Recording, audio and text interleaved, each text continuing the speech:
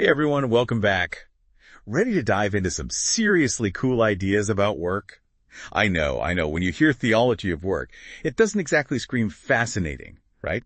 But trust me, this isn't your typical boring theological paper. It's got some seriously insightful stuff that applies to everyone. We're talking artists, accountants, entrepreneurs, you name it. It really makes you rethink why we even work in the first place. Exactly. We might even uncover some unexpected meaning in those daily tasks we do. So the text we're looking at today kicks off with a pretty bold statement. Understanding God as creator can completely change how we see our own work. And that's where this whole idea of fittingness comes in. Fittingness. Okay. Tell me more. Basically, the paper emphasizes how everything in creation is intentional. It all fits together, and not just by chance, but because it was designed with a purpose. So it's like everything has its place. Exactly.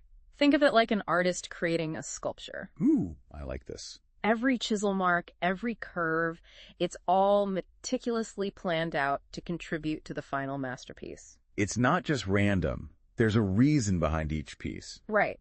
It's the sense of harmony with everything working together for a common goal. I love that. So how does this fittingness apply to us and our work? Well, the text suggests our work should have this fittingness too. Okay, so it's more than just finding a job that ticks all the boxes. Exactly. It's about finding a deeper sense of purpose in what we do. It's like our work should mean something. Yes. It's about connecting our efforts to something bigger than just getting a paycheck. But how do we actually find that, especially when work can feel so, routine? That's where the text's take on freedom gets really interesting. Okay, because usually we think of freedom as having tons of choices. Right. Doing whatever we want, whenever we want. Exactly. But the text challenges us to see it differently. It suggests that true freedom isn't about having unlimited options, but choosing the best path towards a goal that truly matters. So it's not just about having choices. It's about making the right choices. Exactly. It's about aligning our actions with a purpose that resonates deep within us. That's deep. But it makes you think. What is that worthy goal for me? Am I truly free in my work if I'm just chasing someone else's definition of success? It's something to think about, for sure. Sub-creators.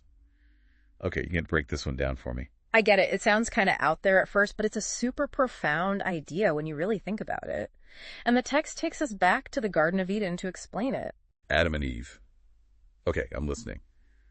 What does this have to do with sub-creators? So they weren't just puttering around with plants, right? The text makes a point of saying they were given this priestly role entrusted with taking care of God's creation. Wait, priests. You're saying my 9 to 5, even with all the spreadsheets and emails, has some sort of priestly dimension to it? I'm not sure I follow. Think about it this way. Priests, they act as mediators between God and humanity.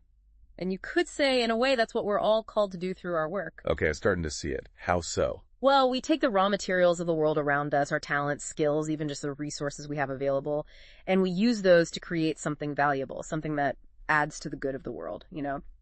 So it's not just about checking off my to-do list. No, not just that. It's deeper. It's about actually becoming better people through the work itself. That reminds me of that saying, how does it go? The way you do anything is the way you do everything. Yes. Exactly. Our work isn't just about the results. It's a reflection of who we are in the process. That's powerful stuff. But the text also throws in a little bit of a warning here, doesn't it? It does. It reminds us about the fall, how our desire to shape the world can get, twisted. We can go from being responsible stewards to honestly kind of acting like tyrants. Yeah, I could see that. It's easy to get caught up in our own ambitions. It is, and to exploit the world around us for our own gain. It's something that even Pope Francis has spoken about. Yes. Oh yeah, quite a bit actually. He challenges us to really look at our work and ask ourselves, is what I'm doing really making the world better? Am I using my talents and resources to benefit others? Or just myself? Those are the questions. Tough questions. Yeah. But important if we want to take this sub-creator idea seriously. Absolutely. But how do we live that out, especially with technology changing how we work faster than ever? And speaking of technology, weren't we going to tackle that question about AI and creativity? Oh yeah, that's a big one. So we've been talking about this incredible ability humans have to create to shape the world. But now there's AI, and it seems like it's everywhere, creating art, music, even writing code. So where does that leave us? Can AI actually be truly creative? That's the question, isn't it? And this theological paper actually takes us on a little detour through the work of a medieval philosopher, Duns Scotus, to try and answer it. Okay, going way back there, how does a medieval philosopher fit into all of this? Well, Scotus makes this really important distinction between what he calls natural powers and rational powers. Okay, I'm intrigued. What's the difference? So, natural powers operate out of necessity. Think like gravity, the laws of physics, the predictable patterns we see in nature. They just are. Makes sense. But what about rational powers? This is where things get interesting. This is where free will comes in, the ability to choose between different options, to act intentionally with a purpose. So it's not just about reacting to something, it's about having a goal and making choices to reach that goal. Exactly. And this is key when we start talking about AI. Okay, I see where you're going with this. But AI is all algorithms code, right? Where does free will fit in? That's the point. AI, even though it seems super advanced, is still operating within those natural powers. It can process information crazy fast, learn patterns, even create things that seem unbelievably human. Right, like that AI-generated art everyone's talking about. Exactly. But at its core, it's still bound by the instructions it's given, by its programming. It's not choosing to do something new.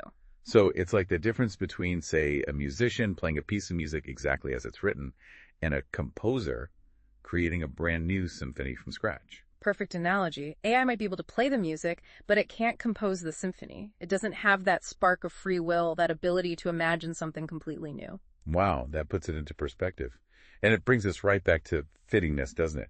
We talk about how our work should reflect intentionality, purpose. Right, and that's something AI, at least as it is now, just can't replicate. That's actually really encouraging. It means our work, even the stuff that seems ordinary, has this unique value that a machine can't touch. It all comes back to that God-given capacity for free will, creativity, love. That's what makes us human, what makes our work meaningful. We're not just cogs in a machine, not replaceable by algorithms. Exactly.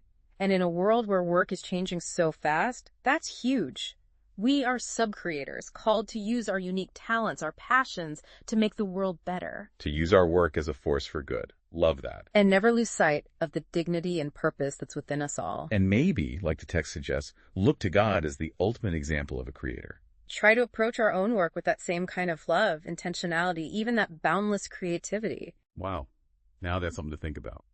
Makes you wonder what the world would be like if we all approached our work that way.